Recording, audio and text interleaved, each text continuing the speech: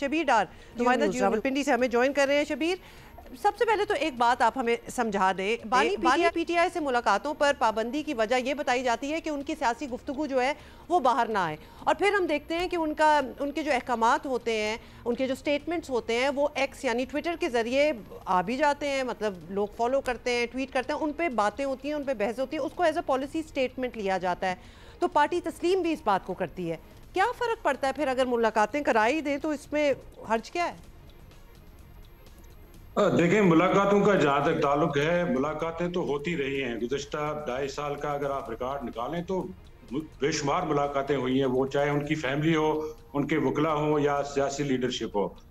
लेकिन पीटीआई का ये मौक़िफ़ है या उनकी जो फैमिली है इमरान खान साहब की, कि अब जो 1-2 माह से जो रुकावटें हैं मुलाकातों में, इस पर उनका जो है ये ख्याल है कि इमरान खान साहब को कैद तनाई में रखकर उनकी जो बात है बाहर नहीं आने दी जा रही, ना फैमिली को मिलने दिया जा रहा है। लेकिन हुकूमत की तरफ से ये मौक़िफ़ इख्तियार किया गया है, क्योंकि मुलाकातों का जो एक प्रोसीजर है या जो जेल मैनुअल है या जो जेल रूल्स है, उसके तहत हम मुलाकातें तो करवाएंगे, लेकिन जो लोग मिल के बाहर आएंगे उस पर जो सियासी गुफ्तगू बाहर होती है वो नहीं होनी चाहिए, और उस पर हुकूमत को एतराज़ है। बावजूद इसके कि जेल में सियासी मुलाकातें होती भी रही हैं। आपको याद होगा 7 बजे सुबह एक मुलाकात कराई गई थी गुज़िश्ता साल, इसी तरह रात को भी मुलाकातें होती रही हैं। लेकिन अब चूंकि ज़्यादा सख्ती हो गई है, और गुज़िश्ता जो एक मुलाकात हुई थी 2 दिसंबर को इमरान खान साहब की बहन की, उन्होंने जो बाहर आकर जो गुफ्तगू की उस पर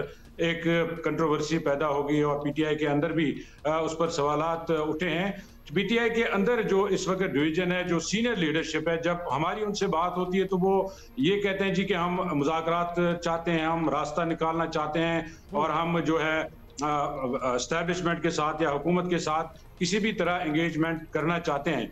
लेकिन जो पीटीआई का इस वक्त सोशल मीडिया है खास तौर पर, और जो ओवरसीज चैप्टर है, वो पीटीआई की क़यादत के कंट्रोल में नहीं है। यानी खान साहब के जितने भी स्टेटमेंट्स आते हैं, जेल में जो भी उनसे मिलता है, वो जब बाहर जो बातें करते हैं या जो ओवरसीज जो उनका एक्स हैंडल है, उन तक वहां तक जो बातें पहुंचती है, उस पर पीटीआई क़यादत का जो मरकजी क़यादत है उनका कंट्रोल नहीं है। बैरिस्टर गौहर खान साहब चेयरमैन है, उनको पता नहीं है कि एक्स हैंडल कहां से ऑपरेट हो रहा है। इसी तरह ये जो बहुत बड़ा सवाल है कि ये जी बिल्कुल, ये एक्स हैंडल कहाँ से हो रहा है, क्योंकि उसकी भी फिर वजाहतें भी देनी पड़ती हैं। गौहर खान साहब को हमने बहुत बार देखा है कि एक्स पे कोई स्टेटमेंट आई होती है, लेकिन इनको वजाहत देनी पड़ती है उसके हवाले से। अब ये जो कॉन्फ्रेंस हुई है कल तहरीक तहफ़्फ़ुज़ आईन पाकिस्तान, गौहर साहब का भी यही कहना है कि जो अचक सही साहब फैसला करेंगे हम उसके साथ हैं। इसका क्या मतलब हुआ? क्योंकि आधी टीम जो है, आधे पीटीआई के लीडर्स कहते हैं जी एहतजाज ही करना चाहिए, बाकी कह रहे हैं कि हमें डायलॉग करना चाहिए। ये कन्फ्यूजन भी हमने हमेशा देखी है कि साइड बाय साइड इनकी पार्टी में चल रही होती है। इस पर आप क्या देख रहे हैं कि आगे क्या होगा? कोई बातचीत हो जाएगी? क्योंकि हुकूमती साइड से भी कुछ ऐसे ही स्टेटमेंट्स आ रहे हैं कि जी हम तो डायलॉग के लिए तैयार हैं। देखें, इस वक्त पीटीआई किसी बड़ी एहतजाजी तहरीक के पोजीशन में नहीं है, क्योंकि पीटीआई के अंदर जो डिवीजन है, यानी जो मरकजी क़यादत है या जो सीनियर लीडरशिप है, वो एहतजाजी तहरीक के हक में नहीं है, बल्कि वो ओपनली कहते हैं कि हम मुज़ाकरात चाहते हैं और किसी भी तरह की एंगेजमेंट चाहते हैं, और हम रास्ता निकालना चाहते हैं। वो चाहे इमरान खान साहब की रिहाई हो या बाकी जो दीगर क़यादत है जेलों में उनकी रिहाई हो। आपको याद होगा हालिया जो है लोग कोट लखपत जेल से एक पैगाम आया, दूसरी मरतबा वो पैगाम आया है कि कोई रास्ता निकाला जाए और सियासत मुज़ाकरात की तरफ जो है बढ़ा जाए। इसी तरह जो पीटीआई की जो मकामी क़यादत है, यानी जो अडियाला जेल के बाहर जो मजमे लगते हैं, वहां पर भी हमारी लीडर से बात होती है, तो वो भी कहते हैं कि ये जो तरीक़ाकार है, ये इससे हम मुत्तफिक नहीं है, हमें कोई रास्ता निकालना चाहिए। अब बहुत टाइम हो गया, 2.5 साल हो गए इमरान खान साहब को जेल में, और पार्टी की भी पोजीशन इस वक्त इस तरह की नहीं है कोई बड़ी एहतजाजी तहरीक चलाई जाए। लिहाजा पीटीआई के अंदर जो तकसीम है वो किसी बड़ी एहतजाजी तहरीक के पोजीशन तो नहीं लग रही। लेकिन जो ओवरसीज चैप्टर है, खास तौर पर जो पीटीआई के हमायती सोशल मीडिया हैंडल्स, वो मुसलसल दबाव डाल रहे हैं, और अलीमा खान का जो किरदार है इस वक्त वो बड़ा अहम है। वो मुज़ाकरात नहीं चाहती, वो मुसलसल जो है दबाव डाल रहे हैं कि किसी तरह जो है एहतजाजी तहरीक की तरफ बढ़ा जाए और हुकूमत पर दबाव डाला जाए। क्लियरली ऐसा ही लग रहा है। अच्छा ये बताएं, खान साहब और बुशरा बीबी को जो ये 17 साल की सज़ा हुई है, उसके बाद क्या रिएक्शन था? और उन्होंने अपने वकीलों को, पूरी एक टीम है, क्या इंस्ट्रक्शंस दी होंगी कि आगे क्या करना है? खान साहब ने क्या कहा? देखें, इस फैसले से मुतल्लिक पीटीआई की 3 बातें सामने आई हैं। एक तो उन्होंने कहा कि ये फैसला क्यों सुनाया गया, दूसरा ये बताया गया कि ये जल्दबाजी में सुनाया गया, तीसरा बताया गया कि ये गैर मौजूदगी में सुनाया गया। आपको मैं बताऊं कि ये केस कंक्लूड हो चुका था 16 अक्टूबर को, यानी गवाह के बयानात मुकम्मल हो चुके थे, हतमी जो दलाइल है वो मुकम्मल हो चुके थे, इसी तरह मुल्ज़मान के बयानात भी हो चुके थे।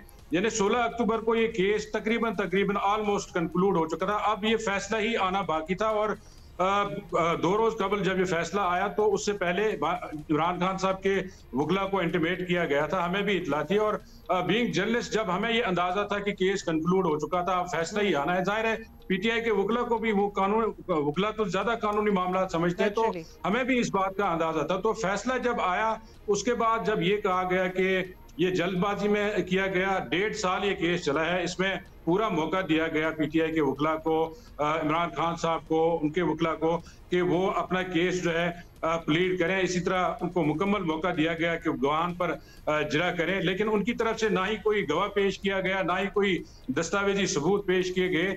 जो भी केस एस्टैब्लिश किया गया वो प्रोसिक्यूशन की तरफ से किया गया। और ये कहना कि ये जल्दबाजी में या फेयर ट्रायल नहीं हुआ, पूरा मौका दिया गया। तीसरी बात यह है कि फैसले के दिन अगर इमरान खान साहब के मेन कौंसल जो अरशद तबरेज है, जिन्होंने एक्चुअली ये केस लड़ा है, जिन्होंने एक्चुअली वो 1.5 साल पूरा गवाह पे इजरा की और पूरा केस प्लीड किया है, वो कमरा अदालत में मौजूद थे। इमरान खान साहब, उनकी अहलिया कमरा अदालत में मौजूद थे। और जब फैसला सुनाया गया, फैसले के बाद जब बैरिस्टर सलमान सफदर वहां पहुंचे तो इमरान खान साहब काफी गुस्से में थे, वो खफा हो गए उनसे कि अगर आपको पता था कि ये समाअत आज है, इतनी अहम समाअत है, तो आप लेट क्यों पहुंचे हैं। और उन्होंने जो दूसरे वकील है अरशद तबरेज साहब, उन पर वो गुस्सा हुए कि आपने हाजिरी क्यों लगाई, आप रोस्टम पर क्यों गए, आपने बाकी वकला का वेट क्यों नहीं किया। लेकिन अरशद तबरेज साहब ने उनको बताया जी कि जब ऐसे केसेस में कॉल होता है केस, तो जाहिर है वकला ने रोस्टम पे जाना होता है, यहाँ पे मैं मौजूद था तो मैंने जाना ही था।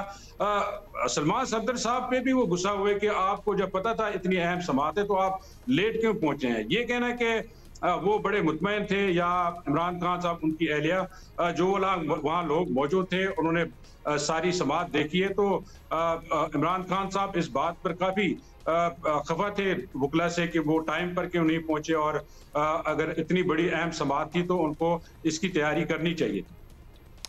अच्छा, वेरी इंटरेस्टिंग। ऐसी इस किस्म की अगर आप कहें डायलॉग या तू मैं या फिर बरहमी अपने वकला के साथ, ये हम पहले भी सुनते आए हैं खान साहब की।